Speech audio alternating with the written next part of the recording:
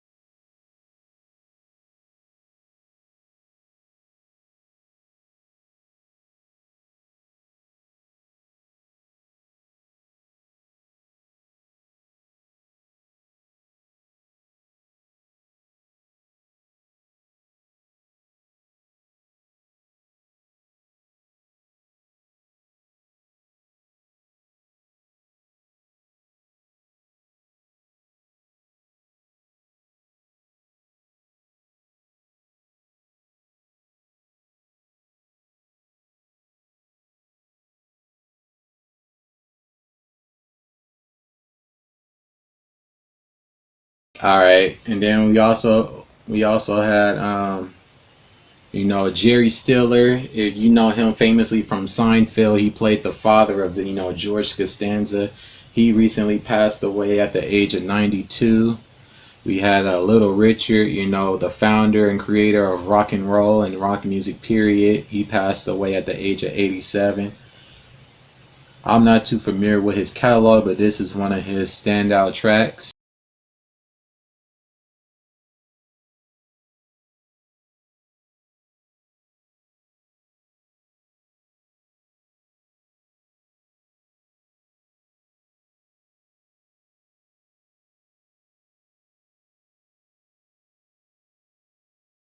And then we had Harrell, who's the founder of, Uptown Records. He passed away as well, at the age of 59. He launched the careers of people like Mary J. Blige, Jodeci, Heavy D, the list goes on and on. Teddy Riley. So I wanted to, play a couple of records that he had his hand in. This is a record from Heavy D.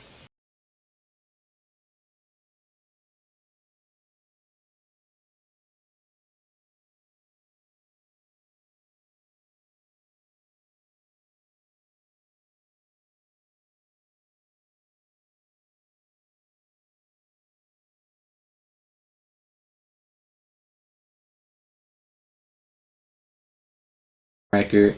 And then we had, chorus Forever My Lady.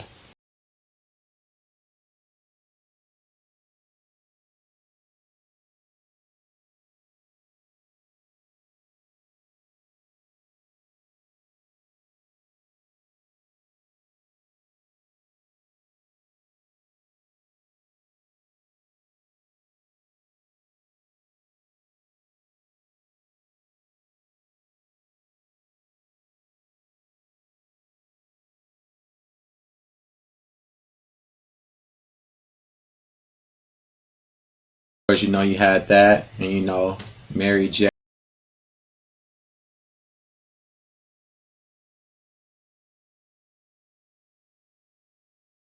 So I just wanted to take the time to pay respects to those legends. We're gonna give a couple of seconds of silence.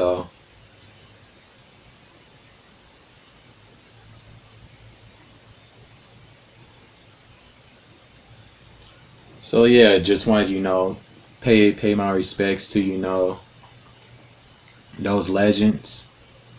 But moving on from that, we also had WWE Money in the Bank, and this one was pretty special because it was housed at the WWE headquarters. So that was pretty dope. But we're gonna get into a couple of matches. So we had the New Day defending their tag titles against Miz and Morrison, Lucha Party, and the Forgotten Sons.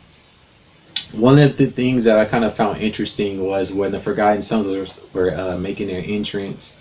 The Miz would kind of chuckle at him a bit. I don't know what that was about, but that was kind of funny. There was a couple of decent spots throughout the contest, but New Day, they retained their tag titles, so that was pretty cool. And then we had Lashley versus R-Truth. The bout originally it was supposed to be R-Truth versus MVP. And then when MVP made his way into the ring and do his signature setup, R-Truth was mocking him, and then MVP kind of didn't like that. And then Truth was like, I'm gonna teach you how to ball. You take 2 steps back like this, and balling. And MVP was like, how you gonna teach me how to ball when I brought balling to WWE? So that part is kind of funny. So rather than wrestling Truth, he introduced Lashley to the bout, and that was pretty much a squash match. But before that, R-Truth, he did this little gesture and kind of playfully slapped Lashley as a joke. And then Lashley didn't take too kind to that, and he pretty much destroyed him and ended him with the spear. So it's looking as though WWE is trying to build him up. Maybe they're gonna give him a title shot down the line. What other matches we had? We had Bray Wyatt versus Strowman. Bray came out as his usual self, and pretty interesting match. Braun was pretty much taking over for most of the match, and then Bray, he kind of got his turn to take over. And then at one point, Braun donned the old black sheep mask, because that's how we was introduced to him through the Wyatt family. And then Bray thought he had came back home, but Braun was really playing a trick on him, and then he pretty much beat him with his finisher. And then as the match closes, we get this back and forth image of Bray and the Fiend. So that's basically signaling to Bray Wyatt's going to come back as the Fiend to fight Braun at some point down the line. So there's that. And then we had Drew McIntyre defend his belt against Seth Rollins, also known as Father Rollins. But I'm going to get more into that later for the Universal belt.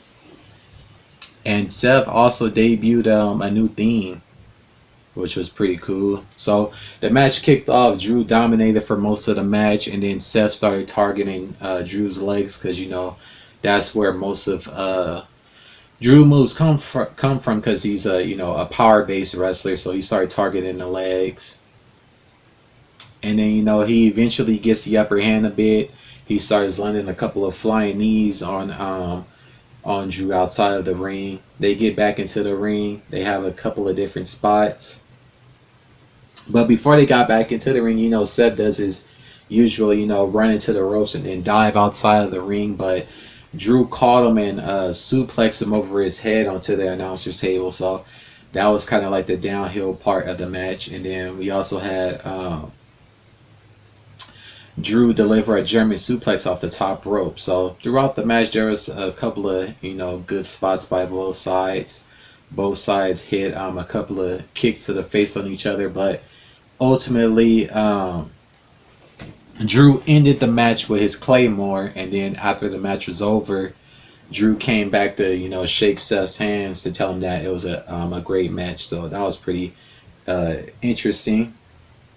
And then to pretty much end, Money in the Bank, we had both the men and the women compete for the Money in the Bank briefcase throughout the match. So a whole bunch happened. So how they had it is, the women pretty much started in the lobby of the WWE headquarters, and then the men started in like some weight room portion. But it started first. Lacey Evans, she was the first, to enter. Then Nia, then AJ Styles, then Otis, then Carmella, Shayna, Alistair, Corbin, Brooke, Asuka, Rey Mysterio, and then Daniel Bryan. So once the match started, they was looking for Asuka, and she was standing above them on the railing, and she basically jumped into the woman and knocked them down. And then she was the first to make it into the elevator to go up, and then the rest of the female talent, took the stairs. And then the man started fighting in the weight room, and then Otis pretty much kind of like pinned AJ underneath a whole bunch of weight. So that was pretty crazy. And then we saw some interesting appearances. We saw Brother Love make an appearance as Rey Mysterio, was venturing through the headquarters. What else happened? Corbin, he had got trapped in like these ropes just outside the elevator by Daniel Bryan and was getting kicked by him. So that was a pretty interesting spot. We had a dude dressed up as like Doink the Clown, which was probably one of WWE employees just making an appearance, to like pay respects to Doink the Clown. What else? Oh yeah, Dana Brooke, she smacked Nia Jax in the back with a chair because she was laying waste to everybody in like one of the conference rooms. And then like she grabs like this fake see-through briefcase with money inside, and then Stephanie McMahon makes like a cameo appearance where she's like, that's not the real briefcase, and clean this up. Nia's drooling everywhere, so that was kind of funny. And then what else we had? Oh, Lacey Evans lays out Carmella with the right. Like Carmella was coming around the corner, and then Lacey Evans hit her with her finishing move.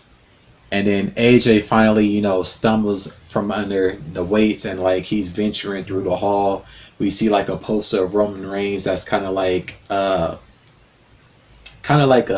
Easter egg, because the company, or what's on the internet that's being floating around, is that the company doesn't want mention of Roman Reigns. So that's kind of like them mentioning them without mentioning him.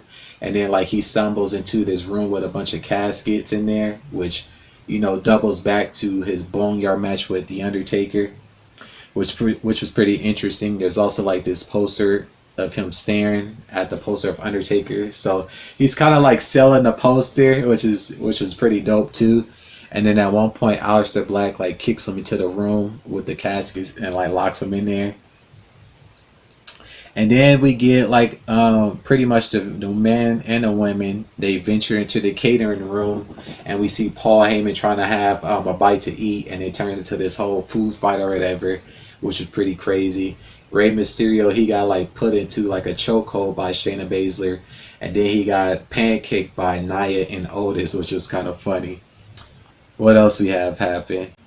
Oh, John Laurinaitis, he makes an appearance on his little scooter. He does the whole people power thing, and he gets pied in the face for his troubles. AJ and Bryan makes it to Vince McMahon's office and starts fighting, and then until Vince McMahon gets up and he was like, what are you guys doing? And they kind of like freeze and they like fix the chairs back and everything. But there's a couple of Easter eggs in there as well. Like you see Vince looking over like this yellow pad, which can be a reference to his legal troubles, because the WWE has been hit with a couple of lawsuits. We see a T-Rex and the bones on the wall, which that's just Vince being his eccentric self, and it probably was a real set of bones. What else happened? Oh, it's kind of like a mention to the pandemic that's going on. He like squirts his hand with a hand sanitizer and all that stuff. So there was a couple of little things sprinkled into there. And then like when AJ and Bryan left the room, there was like you was a real kiss ass trying not to get the room all messed up, and then I think Brian was like, "Well, you were the one that was fixing the chairs and stuff." And it was like, "Yeah, that's right." And then they get back to fighting. So that was kind of funny. So the Money in the Bank match was probably like the highlight, or should I say, yeah, it was a highlight of the whole event. It had a lot of funny moments in there. But we also had some other things. The women were the first to make it to the roof. Um, Corbin tries to stop Asuka from making it to the top, which was kind of interesting. So Asuka ends up winning the female portion of the Money in the Bank, and then uh, Corbin tosses Rey Mysterio and Aleister Black over the roof, but they land 6 feet below on like a crash pad, and so there's that. And then AJ's about to win, and he and Corbin are struggling for the briefcase. Elias comes out of nowhere and smacks Corbin with the guitar, which gives AJ possession of the briefcase, but he fumbles it some type of way and it falls into Otis' hands, and he wins the Money in the Bank, which I think that was kind of like a BS ending for Otis to win, but I guess so. We get Asuka and Otis as the Money in the Bank winner. So that was pretty much the end of the pay-per-view, and I thought it was pretty cool. They actually give us something else different like they did with WrestleMania. So this whole thing has kind of been like a blessing in disguise, because we got some memorable moments from the WWE, because usually their pay-per-views be pretty much the same run-of-the-mill things, but we got some new things introduced. So that was pretty cool. So moving on from that into Monday Night Raw, we got Becky Lynch pretty much kicking the show off and basically stating that she's pregnant. Her and Seth Rollins are going to be having their first kid together. So that ties into me saying Father Rollins, earlier in the podcast. So that was pretty cool. And she also said that the Money in the Bank wasn't really for the briefcase, but for the next champion. So with that means that Asuka is a new Raw Women's Champion. So that's pretty cool. And so Asuka kind of like breaks kayfabe a bit, and she like congratulates Becky Lynch on winning the Money in the Bank. And then like we see like a cameo where like a bunch of different superstars congratulating her. You got Rey Mysterio, the Street Profits, R-Truth, Bianca Belair, Cedric Alexander, Natalia, Kari Singh, Ricochet, Dana Brooke, Akira Tozawa. All of them was backstage congratulating her, which was pretty dope. So after that, we got a pretty much like a match with Andrade, Angel Garza, and Austin Theory fighting, and they pretty much make short work of their opponent. And then like as they're fighting, Drew McIntyre interrupts and basically claymores Austin Theory and Drew Garza, and then so there's this champion versus champion match with Andrade and Drew McIntyre, which was pretty cool. But ultimately, Drew he wins the match. So that was that.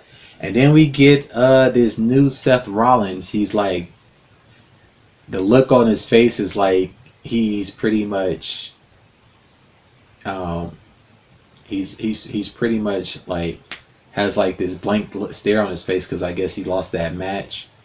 But what I think this is them transitioning him into another side of the Monday Night Messiah character. So that was crazy. So pretty much for most of the match of Seth Rollins and Buddy Murphy versus Rey Mysterio and I believe it was Aleister Black, he's pretty much motionless. Like the only part of the match where he actually starts the fight is when he gets I believe elbowed by Rey Mysterio, and then like he just takes all his frustrations on Rey Mysterio. And then there's this one point where he basically causes this eye injury to Rey Mysterio, and he loses control, and then after the match was over, they carry Rey Mysterio to the back, and he and Buddy Murphy try to like apologize or whatever. And then, you know, Seth was like, I'm sorry, man. I don't know what happened. I blanked out. And then Aleister Black and Buddy Murphy start fighting. So that's going to be crazy to see, like, where they take this. So that's like another, it's like another layer into the new gimmick that Seth Rollins is, you know, trying out to WWE. So we've got a lot of new things from WWE. That's been a blessings in disguise. It's kind of like made certain characters gimmick refreshing and whatnot. But we also had the Street Profits play a game of basketball against the Viking Raiders, which was pretty funny. Like, the Street Profits pretty much destroyed them in the 1-on-1, but they did like this flip thing where, you know, the Viking Raiders brought up, whatever you guys can do, we can do better. So they basically did like they basically played it off like the Vikings were really good at basketball, but we all know they're not good like that. So they were ducking and stuff, shooting threes and whatnot, which it kind of reminds me of that skit Michael Jordan did with that lady where she pretended like she can shoot threes, but it was really a stunt double. So there was that. That was pretty much funny. And then Edge and Randy Orton pretty much close off Raw, where they have this promo where Randy's basically like, you know, we've seen you in, you know, matches, and he's referring to, you know, the Royal Rumble match and the Last Man Standing match that he and Orton had, but he says, we never actually seen you wrestle. And so it's basically this whole thing of, can Edge actually give us a wrestling match as opposed to, you know, like a gimmick match where it's like set up to where he doesn't really have to expend a whole bunch of energy and whatnot. So that pretty much closes out Raw, and that's going to be probably the main event or one of the co-main events at the next upcoming pay-per-view Backlash. So we got a whole bunch, you know, coming our way from WWE. But those that can't see and those that can, you guys are probably wondering why I'm wearing, you know, this fitted cap, got the band-aid on my face, got the wave cap, got the Air Forces and this jersey on. That's because, you know, we had the versus battle, you know, with Nelly and Ludacris, but I'm going to get more into that later within the podcast. But apparently we got some beef brewing between a couple of different people. So, but apparently Gillie and the Joe Budden podcast have some type of beef going on, because apparently they spoke on the situation between Gillie and Dev, who was one of the 3 people that was on the podcast along with Wallow. So apparently they said some things that he didn't like, and it got back to him and he responded. So this is going to be his response. So I'm going to pull that up for y'all, but I'm going to go more into depth with it too as well. So let me pull that up. Let me pull that up. Alrighty.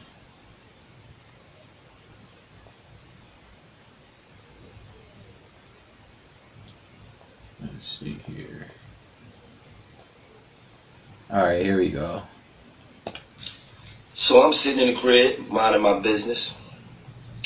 I'm getting a bunch of ads. Yo, go check out Joe Budden's podcast. They on there talking about y'all. They on there. And I go on there and y'all talking a bunch of false shit. First, let's start off with you, Rory.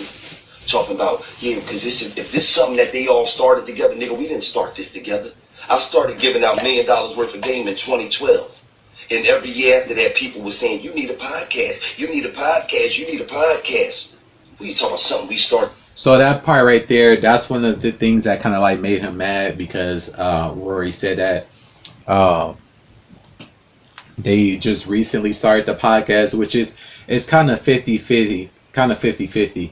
Yeah, they did just recently start the podcast, but like he said, he was doing this thing where he was dropping jewels, for the consumer. So both of them are kind of right in their own sense, but we're going to hear what else he has to say. Started out together. They ain't talking about, no, because when they started, they was on SoundCloud. Nigga, we look like SoundCloud rappers to you, nigga. Huh? That part right there is kind of true.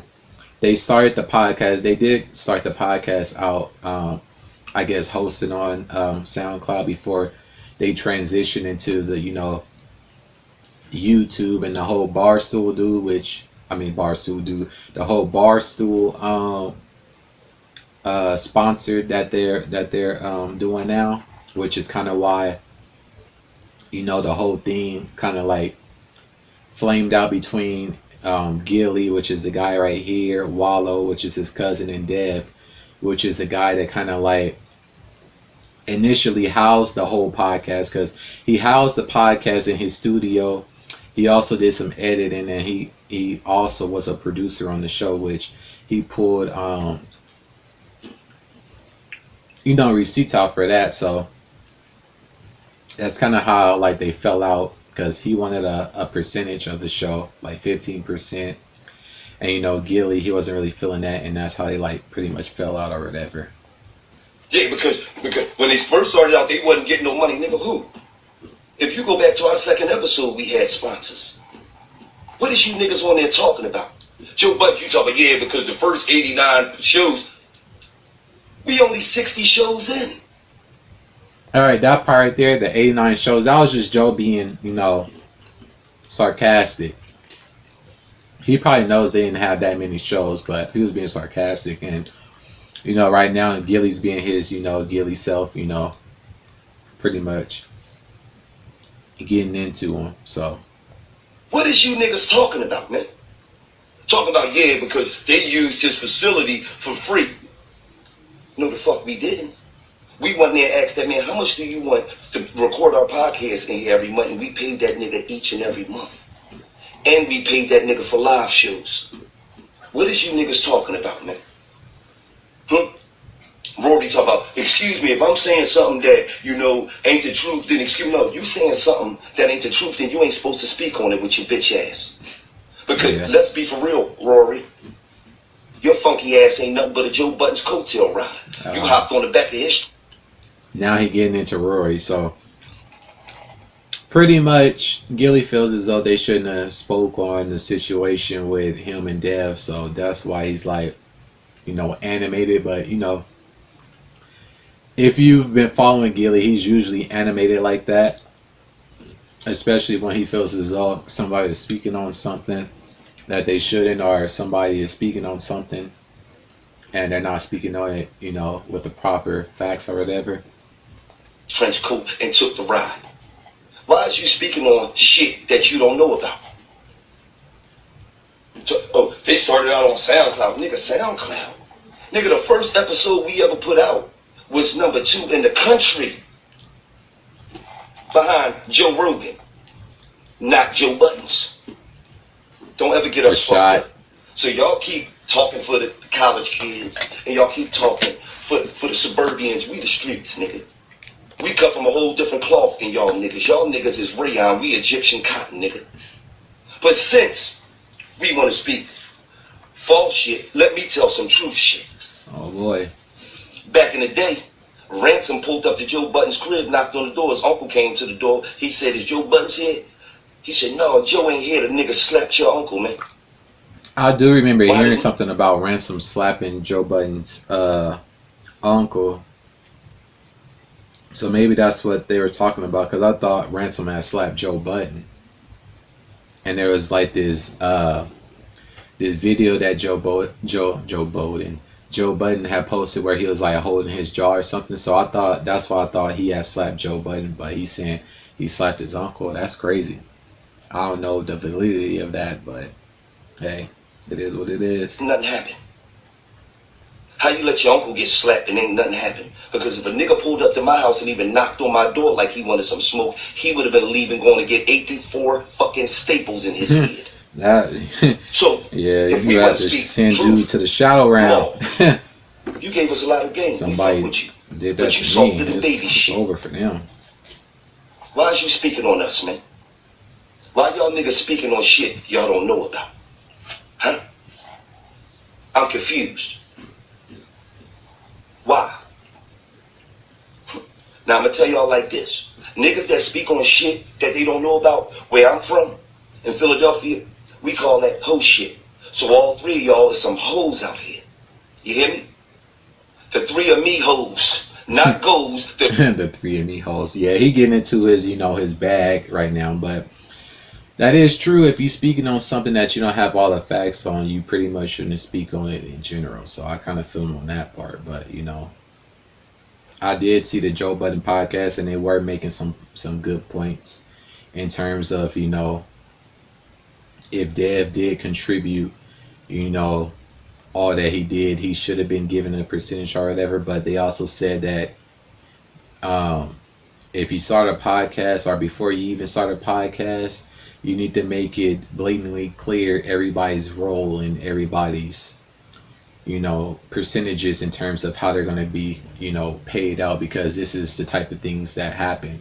And they did go into detail about how they had a falling out over something or whatever, but eventually they cleared that up or whatever. The three of me hoes. Y'all some fucking hoes out here, man. Stop speaking on business that you niggas don't have no fucking clue what y'all talking about. Alright? And Rory, keep your mouth shut with your funky ass. Alright? I'm gonna tell you one more time. That's crazy. You funky ass, coat riding ass nigga. Mind your fucking business, man. Alright? Because I will catch you niggas in traffic, and then what's gonna happen? That is something that they have been fooling around about Rory and Mal, how they're basically just riding Joe Budden's coattails. But I know Rory, he has the what is it called, the Lollapalooza or something like that he does. So, but hey, it is what it is. And him talking about catch you in traffic, that's basically saying that he gonna see you, in the real world, and he gonna check your temperature and basically see, if you're gonna have that same energy or whatever. You niggas gonna tap out like the WWE wrestling match. Alright? Why is y'all niggas talking about us on y'all podcast? We don't talk about other podcasts on our podcast. You must be dead Fred over that motherfucker, huh? Dead Fred over that bitch, huh? Well, guess who ain't dead Fred? Us, nigga! Guess who popping out here? Us, nigga! He basically trying to say that the JPB podcast is dead, which is not. That's just, him being in his feelings right now, but It's killing you niggas' souls, huh? It's hurting you niggas' heart that we popping like this. We run the culture, nigga. Now you niggas could never run the culture because the bottom ain't gonna never watch you niggas shit. Because you niggas don't represent the bottom. alright, right now he's just talking some BS right now. The JPP podcast, I'm pretty sure, is doing more numbers than, $1 million worth of game. But he's basically saying that they have the streets and Joe Budden and them basically have everybody else in between that. But it is what it is. That's pretty much, the end of him really speaking. He's basically just, cracking jokes or whatever. But I hate when that happens. But pretty much, this is pretty much, more or less, the breakdown of why they fell out. So basically, Dev asking for 15%, and then Gillie posted this meme where he's talking about when a dude asks for 15% of your company and he's a sound guy. So basically, he's trying to front on, Dev's contributions to the overall show when he was more than just a sound guy. He allowed y'all to film out of his studio, which is, something pretty cool. Which, if you look at the Joe Budden podcast, when they first started off, they had they were filming at different spots, different sound studios, and ultimately they got a permanent place with them filming at. I kind of had like a brain fart, but y'all know who I'm talking about. They filming in his basement, but I'm trying to think of his name. Parks, that's his name, Parks. Yeah, Parks. Parks. Parks pretty much is Dev in this situation, but you know, they ain't front on Parks like that because they know Parks is a very, you know, valuable asset. You know, they allow him to film in his basement. He also, you know, edits the podcast as well, and he handles the sound. So, you know, he's a valuable component to the show, similar to, I'm pretty sure, how Dev was. But from what I heard, they pretty much moved on from Dev, from what I've heard, which is kind of crazy because it's like, you know, how you start a podcast with somebody, and then because, you know, money or whatever gets funny between the three, y'all pretty much, you know, cut ties with the dude. But you know, those things tend to happen, which is why, you know, I'm doing my podcast on my own, because, you know, it's the CaliKidOfficial Podcast. It's not, you know, the CaliKidOfficial Podcast and friends, which, you know, in the future, you know, if when it gets bigger or whatever, you know, I might, you know, have guests or whatever. But, you know, from now, you know, I just, you know, want to do it on my own. But we don't get into a whole nother beef, but apparently, you know, Webbie and Boosie's beef comes to light because from what a lot of people have been asking is like, you know, where's Webbie at? Where's Webbie at? And, you know, Boosie, he always says that, you know, Webbie doing this thing. And apparently, you know, Webbie has some things to get off his chest because YF and Lashley posted a photo of him and Boosie together, basically thanking him for, you know, helping him out. So I wanted to show you guys that. So here it is. So pretty much this is the photo of Boosie and YFN together. It says, "Them dudes did that for boss." And then Webbie commented under it, "Nice pic. Dudes did that and doing all this SHIT for the boss now. But where the F all you ends was when I sacrificed all my S and took care of families when you was in jail. Be just wondering." So right here, Webbie is basically saying that when Boosie was in prison and was fighting that life in prison charge, Webbie was out holding it down or whatever. So basically Boosie, you know, chimed in on that. So right here he says, "You could have called me in SMH. Truth is, you never sent my mother $1. And y'all had free Boosie concerts all over. She never got a dime, SMH. You lying, bruh. At Waka Flocka, Yo Gotti Jeezy. Hit her with stacks. Why not you?" So basically he's saying that what Webbie said about him holding it down for Boosie was a lie. "Everybody know I've tried to help you millions of times. Every time we've tried to get you in studio, you leave. Trill even tried getting writers for you to help you out, bro. 2 years ago, you wouldn't even clear a Tootie song saying you made the title. It's really? You was down getting 7K a show. I put you on my tour and gave you 10K for 7 shows out my pocket. So you be straight, bruh. That's crazy." So basically he's saying that Webbie was getting booked for 7K a show and Boosie put him on his tour and was getting him 10K a show for 7 shows. So basically he put an extra 3K in his pocket, you know, over what he originally get. So basically he got him 70 bands for 7 shows instead of him making, you know, 49 bands for 7 shows, that's crazy. He said, "And what you do, tried to sync the whole tour, missing dates, not doing radio, etc." That kind of sounds like, you know, when 50 got G-Unit their Reebok deal and they wasn't wearing the shoes. So that pretty much, you know, stopped that deal from, you know, continuing. Telling the DJ you only doing 3 songs. I've tried to get you features, you refuse. 7,500 over and over again, and that's more than your show price. Yep, $500 more. You want me to be like, and you want me to be like and have hate for all. Oh, you want me to be like you and have hate for all the artists in the game, and that's fake. The rap industry that you think hates you actually have respect for you, dude.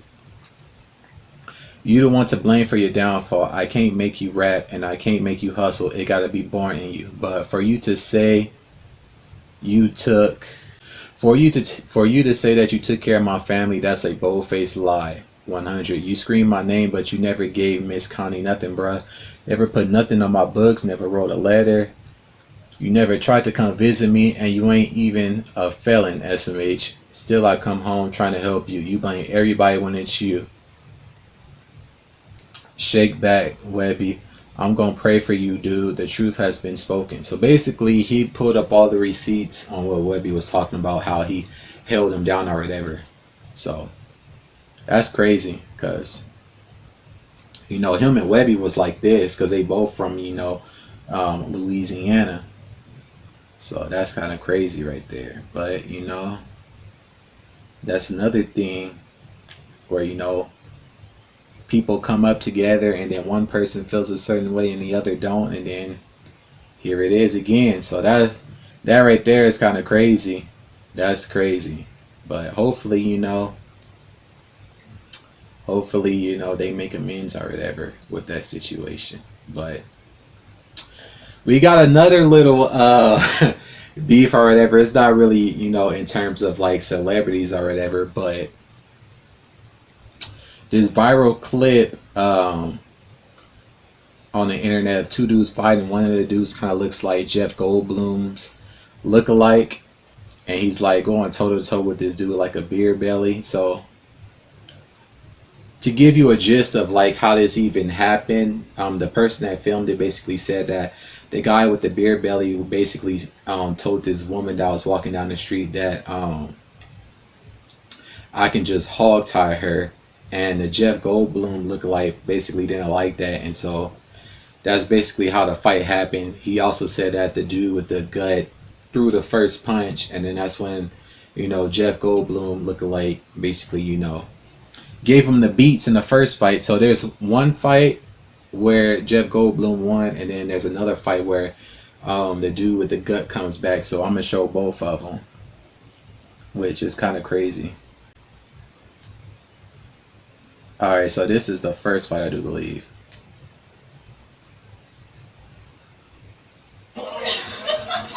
Watch this.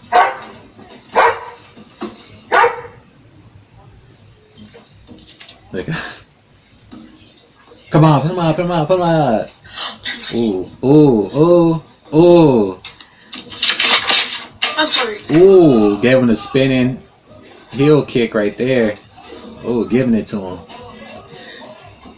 He testing him right there. Bow! Right in the gut. That was it. Gave him that liver shot. That was it. That was it. That was it. He gave him the beats right there. But so dude that got hit in the liver came back with a 2x4, which was kind of like some goofy stuff, because it's like you should have fought with your hands, not bring a weapon into the fight. So this is the second part. See, he got the stick.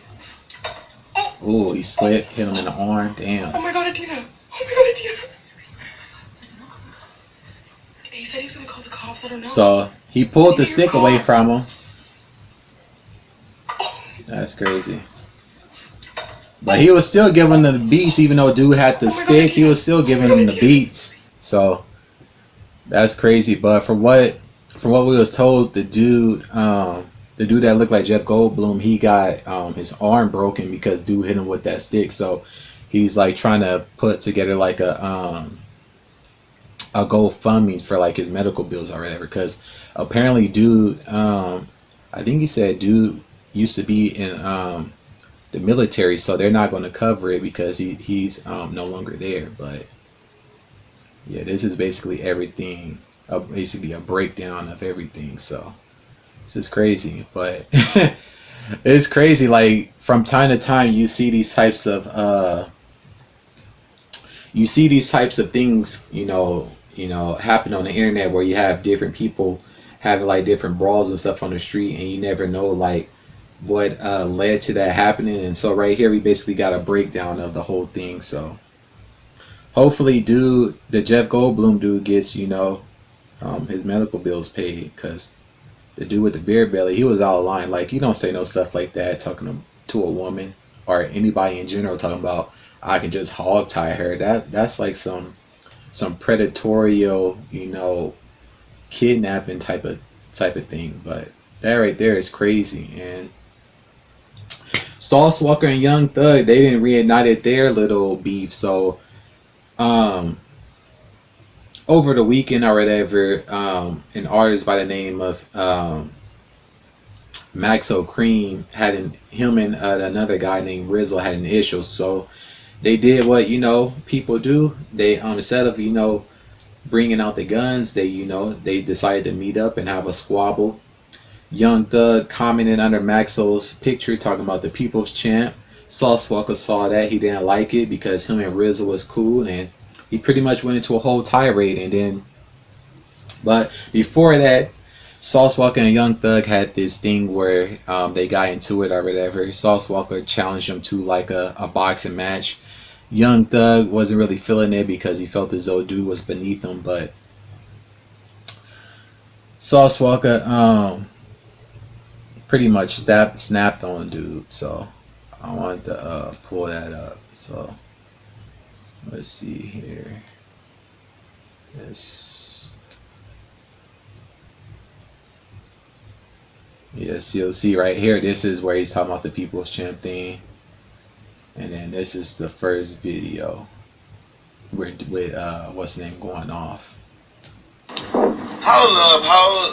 He look crazy though with that. Young Thug, you bitch boy pussy. With them goofy ass eyebrows like that. That's some down south stuff though. Opportunity to join He's super in extra the out with it. rumbles of thugs in the jungle. If your pussy ass wanna fight and have something to say about Texas business, why you don't wanna come and punch?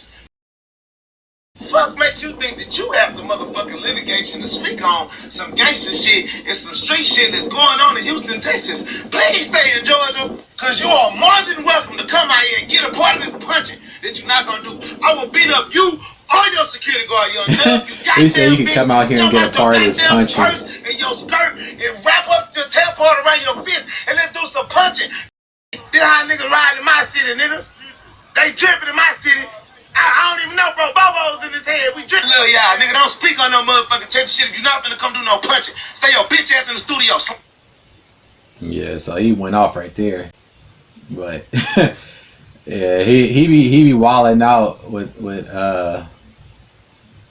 he be coming out talking and stuff. That must be crazy. This is another one, I guess, him going off again. Do I get in y'all business? No, I do not.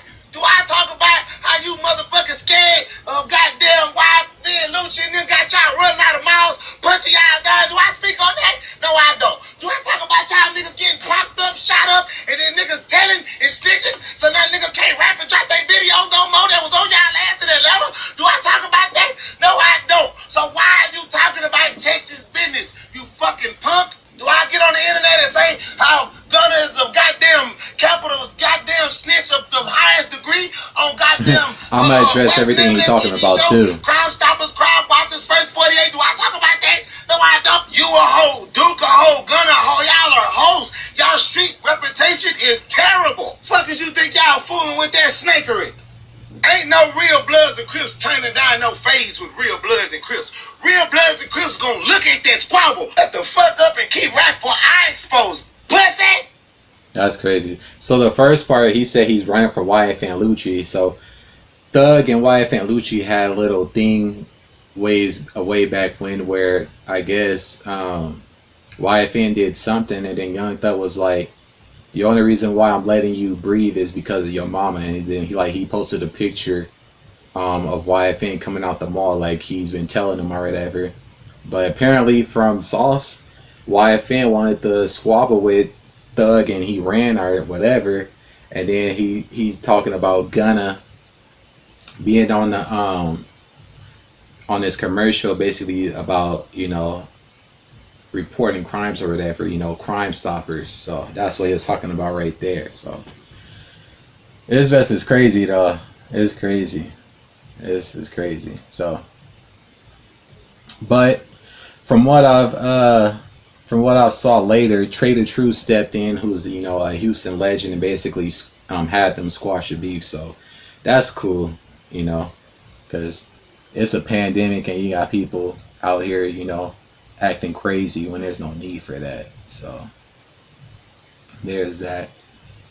We also got some new music and some new upcoming music that's supposed to be released. So Pop Smoke, we got word that his posthumous album is going to be released on June 12th, which is going to be, you know, executive produced by 50 Cent, and the first confirmed feature is with Roddy Ricch. So right here, this is like I guess the promotional cover art. I don't know if this is going to be the actual cover art of the album, but we got word that he's going to be that's going to be released, because, you know, unfortunately, you know, he passed away, you know, earlier in the year due to, you know, my home invasion. So that's kind of crazy, but it's dope that they're actually, you know, putting out his project, and we actually get a release date. So it's going to be coming in the summer, which is crazy. And then we get Polo G. He dropped his project, The GOAT. I had a chance to listen to that as well. As 16 songs. Pretty dope project. Standouts, we had Heartless, Flex, Go Stupid, 33, D&D, Relentless, Chinatown, Trials and Tribulations, and Wishing for a Hero. The strength of the album is in the first 7 records, and then I would say like tinkers off a bit between tracks 8 and 11, and then it picks back up again. So overall, it was a pretty consistent album. A couple of quotes from the album. He said, "Go to like Pac, go from gangster to activist," and then he said, "Allergic to the fake. If they get too close, I might start breaking out." And then the last record, he basically samples The Way It Is, which was originally created by Bruce Hornsby and arranged, but it was made popular by Tupac's song Changes, so he did a flip of that. So overall, I thought the project was dope. It was pretty dope. We also got Future project, High Off Life, 21 songs. Standouts was Solitaires and Hard to Choose One, and pretty much it was more of the same. Future, not anything new, pretty much more of the same from him. So it was pretty lackluster to me, but I would definitely recommend you guys check out Polo G's project. It's not to say that Future's album was bad, but it's like he just gives us more of the same on the projects that he puts out, you know. So that's pretty much, you know, everything I have to say in terms of music. And sports, we got another UFC card. So after the UFC bout, we got a Wednesday fight card, and one of the things that went viral was the Anthony Smith and Glover Teixeira match. If you're not familiar, Anthony Smith, he recently had a fight with John Jones for the belt, and then he had someone broke into his home, and he basically had to fight for his life. That right there was crazy. And then we have Glover Teixeira. He's a veteran in MMA. So that was a pretty good fight. Glover was the underdog in this fight, and he pretty much won and put the beats on Anthony Smith. So I wanted to share a little clip of that. He got his teeth knocked out too. That right there is crazy. Sheriff saying he's giving up Glover. What? Sheriff saying he's giving up Glover. So right here they having a dialogue because Glover knocked his teeth out, and so they basically saying Glover is basically apologizing for knocking his teeth out, but Anthony's like, it's a part of the job. It comes with the territory, so it is what it is. And so this is another video, I guess, of him handing his teeth to the referee, which that's crazy too.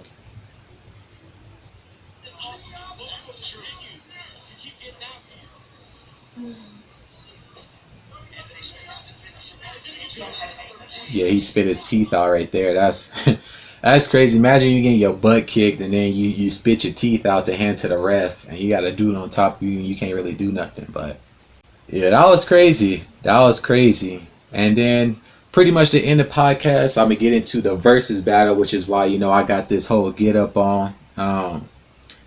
Earlier I had on my grills, my fake grills, but it was too hard to talk with them, so I took them out. But I got on the wave cap, I got on the snapback, I got on the band-aid like Nelly, I got on the throwback jersey, got on my Kevin Garnett Celtics jersey, and I got my Air Forces, my South Korea Air Forces. So that's how I came to the versus battle. So with that being said, we're gonna get into the whole rundown. So Luda started off the whole versus battle. Round 1 we had Welcome to Atlanta versus Na Na Na. I gave that to Luda. And then we had a slight delay, so because Nelly's internet kept going in and out, because apparently in St. Louis there's thundering and stuff, so the weather's bad out there, and when the weather's bad it messes with the internet connection. So he played an unreleased song with Lil Wayne called Silence of the Lambs. It was okay to me. A lot of people in the comments was really jacking it, but it was okay to me. Then round 2 we had P Poppin' or Pussy Poppin' versus Tip Drill. I gave that to Nelly. Round 3 we had My Chick Back versus Pimp Juice. I gave that to Nelly. Then we had another delay, so Luda played Holiday Inn with Chingy. Then round 4 we had Use a Hoe, oh Use a Hoe versus Flap Your Wings. I gave that to Luda. Then we had Saturday versus Ride With Me. I gave that to Nelly. We had Fantasy versus Down Down. I gave that to Nelly. Both records is dope, but I thought Down Down was better. Then round 7 we had Rollout versus Body on Me. I gave that to Ludacris. Round 8 we had Splash Waterfalls versus My Place. I gave that to Luda. I remember I had the ringtone for Splash Waterfalls on my i205 chirp phone. Man, 2000s man was different. Round 9 we had O with Sierra versus Nasty Girl. I gave that to Nelly. Then round 10 we had Made You Look, which was a record Luda did with Nas versus Rock the Mic. I gave that to Luda. Then they switch who went first. So the next half Nelly got to go first. So we had I don't know the name of the record. He played some record and he did say this is a record that you probably don't know versus They Know remix. I gave that to Ludacris.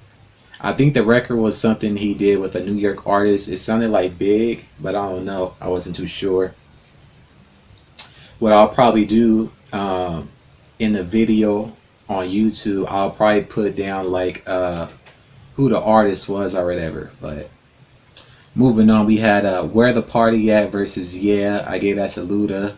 We had Grills versus Stand Up. I gave that to Luda. We had Air Force Ones versus We Drop Bows on Them. We drop bows on them when we throw them bows. I gave that a tie because both of them records is classics. Then we had Bad Boys versus Win remix. I gave that to Ludacris. We had It Was Only Just a Dream versus I Got Codes in different area codes pros. I gave that to Luda. R.I.P. Nate Dogg. He did the hook for area codes. Then round 17 we had EI versus an unreleased Luda and Nelly record, and it was the remix to Tail Feather. I gave that to Nelly. Then we had another unreleased record by Nelly, but I mean not by Nelly, but this time the unreleased record was by Nelly. The previous one was by Luda versus How Low. And I gave that to Luda. Then we had Hot in Here versus Move Out the Way. I gave that a tie because both of them records is heat. And then round 20, we had, of course, Dilemma versus Lovers in France, and I gave that a tie. So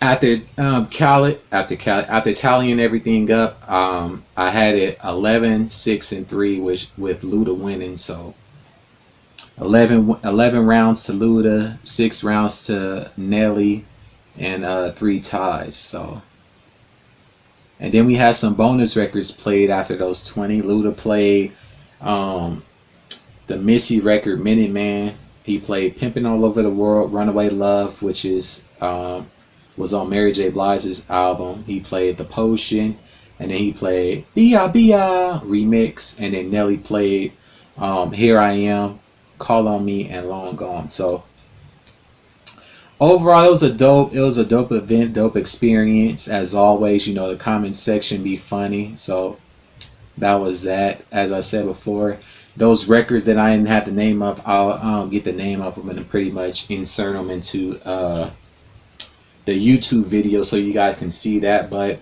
that's pretty much going to do it for this week's podcast. I appreciate you all for tuning in. Make sure you leave a like and subscribe.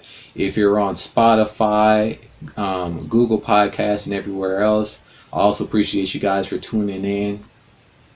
I have some new merch that I just posted on my website that you guys can get. I got some new merch. I also have my album Euphoria. That's on all platforms. So, but yeah, that's pretty much it for this podcast. I appreciate you all for tuning in, and until the next one, peace.